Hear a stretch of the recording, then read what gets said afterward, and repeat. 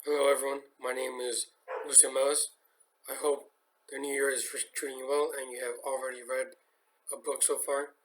If you're interested in how many books I'm reading, or if you have noticed a review in my name that is not on YouTube, check out my Goodreads, which is in the description below. You may hear my dog barking in the back, and I apologize for that. Anyways, I just recently got some books from the library, and they're quite a lot, around 20, I would assume. But my math isn't good, so we'll see how many books there are.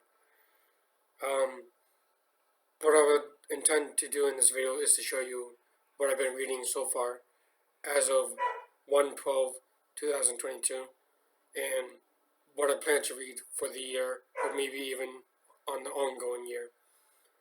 I have school in a week on the 24th, so I don't know if that will affect my reading. It usually never does, but you never know.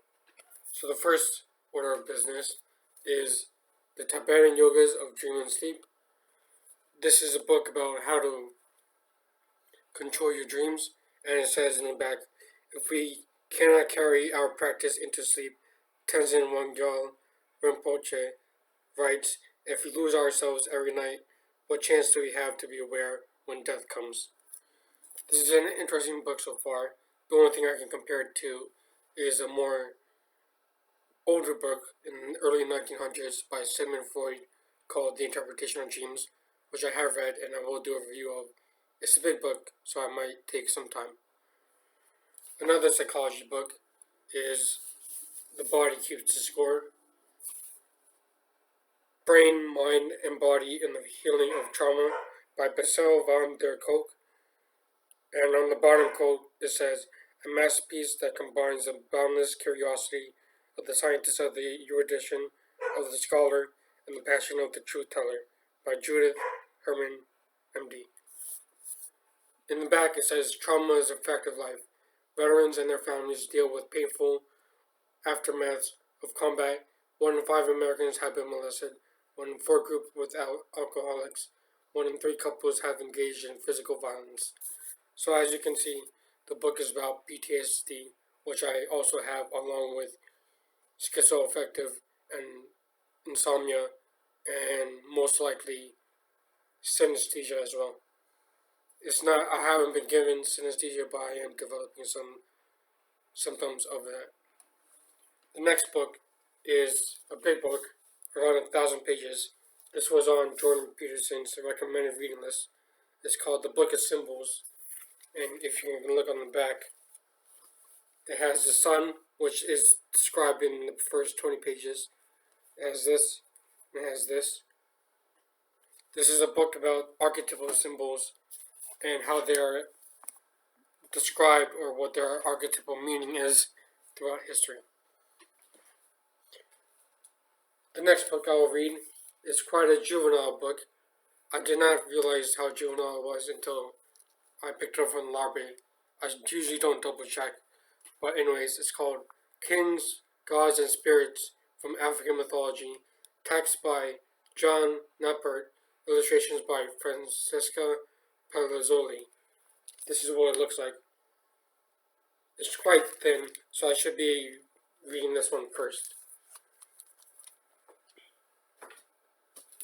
I've been meaning to get to Bergson quite longly, if that's a word. His book, Matter and Memory, interests me greatly.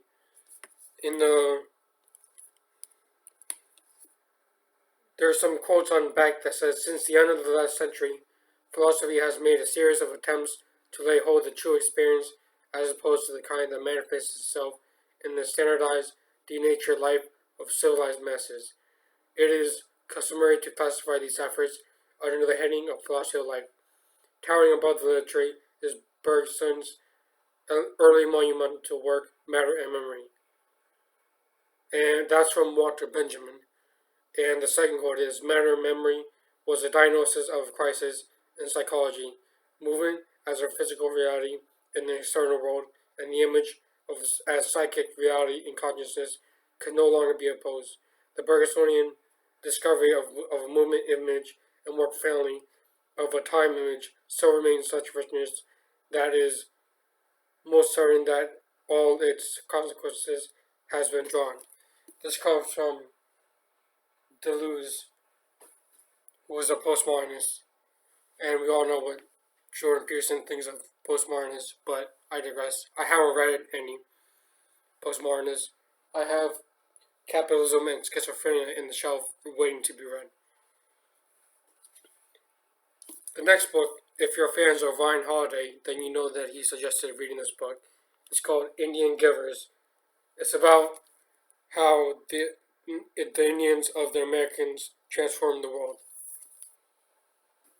I always found that part of history during history class the most interesting, along with Russia and Germany in World War II. I don't know why it just interests me. Here's another short history book, I, Claudius. Here's what it looks like in the front. It gives a description of what it is in the back. It says, a violent, scandalous era in history is reconstructed through Claudius Caesar's own story of his life in Rome during the bloody reigns of Augustus, Tiberius, and the mad Caligula. This best-selling novel won both the James Tait Black and the Hawthorne Prize in 1935. So I would like to read more history books, and I haven't read enough, unless we're talking about science like Carl Sagan, Michio Kaku, or that's it pretty much. I enjoy reading about science history, especially space exploration in the 60s, and I am quite the Elon Musk fan and have seen the Lex Fridman interview with Elon Musk, and I am aware of the recent attacks from Anonymous recently who attacked Elon Musk. I don't remember what it was about. I should do more research on it. My last review on this channel was by the same author, Roland Barthes, but this one is Mythologies. If I read the opening flap here, it says, no denunciation allows proper instrument of close analysis. Roland Barthes wrote in the preface of Mythologies, there is no more proper instrument of analysis of our contemporary myths than this book, one of the most significant works in French theory, and one that has transformed the way readers and philosophers view the world around them.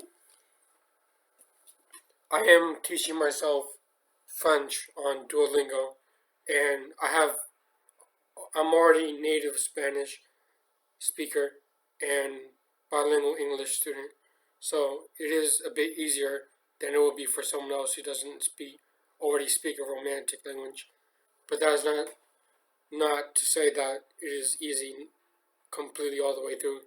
For example, I have difficulty with manges and mange, which is eating, and I have trouble with the male and feminine, the masculine and feminine conjugations of the word. This book, The Argumentative Indian, is quite medium in size. It's about India and its culture, and in the opening flap it says, India is a country with many distinct traditions, widely divergent customs, vastly different convictions, and a veritable feast of viewpoints. In The Argumentative Indian, the Nobel Prize winner Amartya Sen draws on a lifetime study of its country's history and culture to suggest how we might understand India today in the light of its rich, long, argumentative tradition. So I'm mostly interested in India because of a TV show I grew up called Avatar: The Last Airbender, and in that show there was this main character with a bald head and Tibetan clothes and an arrow on his head called Aang, or in the terrible M. Night Shyamalan movie called for some reason. And that show was vastly interesting and made me interested in mythology in general. The next book is quite long. That's how big it is. It is by Cordelia with the Arthashastra. And in the back it says, Cordelia, also known as Chanaka and Vishnu Gupta, wrote the Arthashastra in the 2nd century AD though the date has not been conclusively established, a master strategist who was well versed in the Vedas and adept at creating intrigues and devising political stratagems. Kalila was the man who destroyed the Nanda dynasty and installed Chandragupta Maurya as the king of Magadha. I'm also interested in Indian and Middle Eastern philosophy and religion. On to the next pile. We're starting off quite short with Elements of Pantheism, A Spirituality of Nature and the Universe by Paul Harrison. In the back is quite humorous. It says, Richard Dawkins has called pantheism sexed up atheism. At the heart of the modern scientific pantheism is reverence for nature and the universe. It offers a challenging alternative beyond theism and atheism, with a joyful approach to our lives and a caring concern for all life on this earth. Pantheism is a 2,500-year-old belief system expressed by many famous thinkers and artists, including Lucio, Claudius, Spinoza, Wordsworth, Whitman, Emerson, Einstein, and Carl Sagan. Today, pantheism is seeing a revival as the underlying worldview of many environmentalists, of leading scientists, of nature, revering pagans, and of non-theists, looking for a more embracing perspective. This accessible and authoritative handbook is the only available introduction to the history, theory, and practice of pantheism. So, a brief comment on Richard Dawkins. I used to be quite quite a fan of him before I discovered Jordan Peterson and the existentialists. I'm not as militant as Christopher Hitchens or Sam Harris, although I still do like Sam Harris more than Richard Dawkins nowadays. But that's all I will say on the matter. The next book is by Pablo Neruda, called 20 Love Poems and a Song of Despair. It's quite short. I should read it after the African Gods mythology book that I mentioned. And I don't know if all these book reviews will be on either Goodreads or the YouTube. So if you're looking forward to seeing any of the books reviews, check out both websites. For all you True Detective fans out there, this is The King in Yellow. I have read Lovecraft. It's a play that brings madness to all who read it. In the text and back, irresistible and insidious, it lures the reader with its innocence and dooms them with its corruption. In a series of interlinked stories, Robert W. Chambers' classic work of weird fiction shows the creeping spread of the play's macabre touch.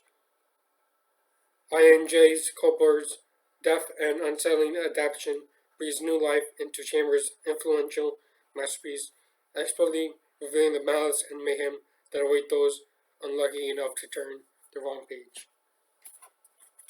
So I am interested in madness, not necessarily due to my own madness, but due to how interesting it is to see other individuals' psyche through psychology or through documentaries, which are abundant on YouTube. More so, for more fans of True Detective, unless you like the second season, this is The Conspiracy Against the Human Race by Thomas Lagarde. In this book, it says on the back, Thomas Lagarde's supernatural horror fiction is ranked among the most distinguished and disquieting in the genre. His first non-fiction book is no less estimable in exploring various domains to simulate disturbing effect. Drawn on philosophy, literature, neuroscience, and other fields of study, Lagarde takes the penetrating lens of his imagination and turns it on his audience, causing them to grapple with the brutal reality that they are living in a meaningless nightmare. In the case of your questions regarding my philosophical viewpoint, I do view life as meaningful, and so long as it is ordained by men, not by gods. This is an old book. It's called Plato, Theaetetus, Sophist. If you can see here, it's about medium length, so it should be a fun read. I want to read more ancient Greek stuff. I read mostly what influenced Nietzsche, and I want to read like Heraclitus or what he talks about in The Antichrist or Twilight of the Idols with Plato, Sophocles, and Socrates. This is the new Folger Libraries edition of Richard III. So I've been rewatching House of Cards, and I saw in a video that one of the main influence behind the show was Macbeth and Richard III. Now, I read Macbeth in high school and enjoyed it. However, it's quite grueling and quite tedious trying to understand every sentence, especially if you get the No Fear Shakespeare edition. I'm not that much of a fan of Shakespeare. I like John Milton more, and so that's all I say on that. The Vision Revolution. On the flap, it says, a radically new perspective on human vision is emerging. Groundbreaking research by evolutionary scientist and neurobiologist Mark Changizi is driving a revolution in our understanding of human vision and asking why we see the way we do. Changizi overturns existing beliefs and provides new answers to age-old questions. I am interested in perception, mostly due to how it can be false and illusory at times, with phantom limb vibration, or more currently, phantom phone vibration, or how the development of the eye, which is quite a topic in religious circles, and if you're an atheist, then you don't see much speciality in the development of the eye. However, if you're looking for more books on the matter, I would recommend The Phenomenology of Perception by... Who was it by? I don't remember who it was by, but I tried reading it every other... Ponty, last name Ponty, that's who it was by. Marcel Ponty. I try reading that book every year, and I fail every time. So, that's about that. Madness Rules the Hour, Charleston, 1860, and the Mania for War. So after reading Blood Meridian, which will be reviewed, I became interested in 1700 to 1800 history. And it says,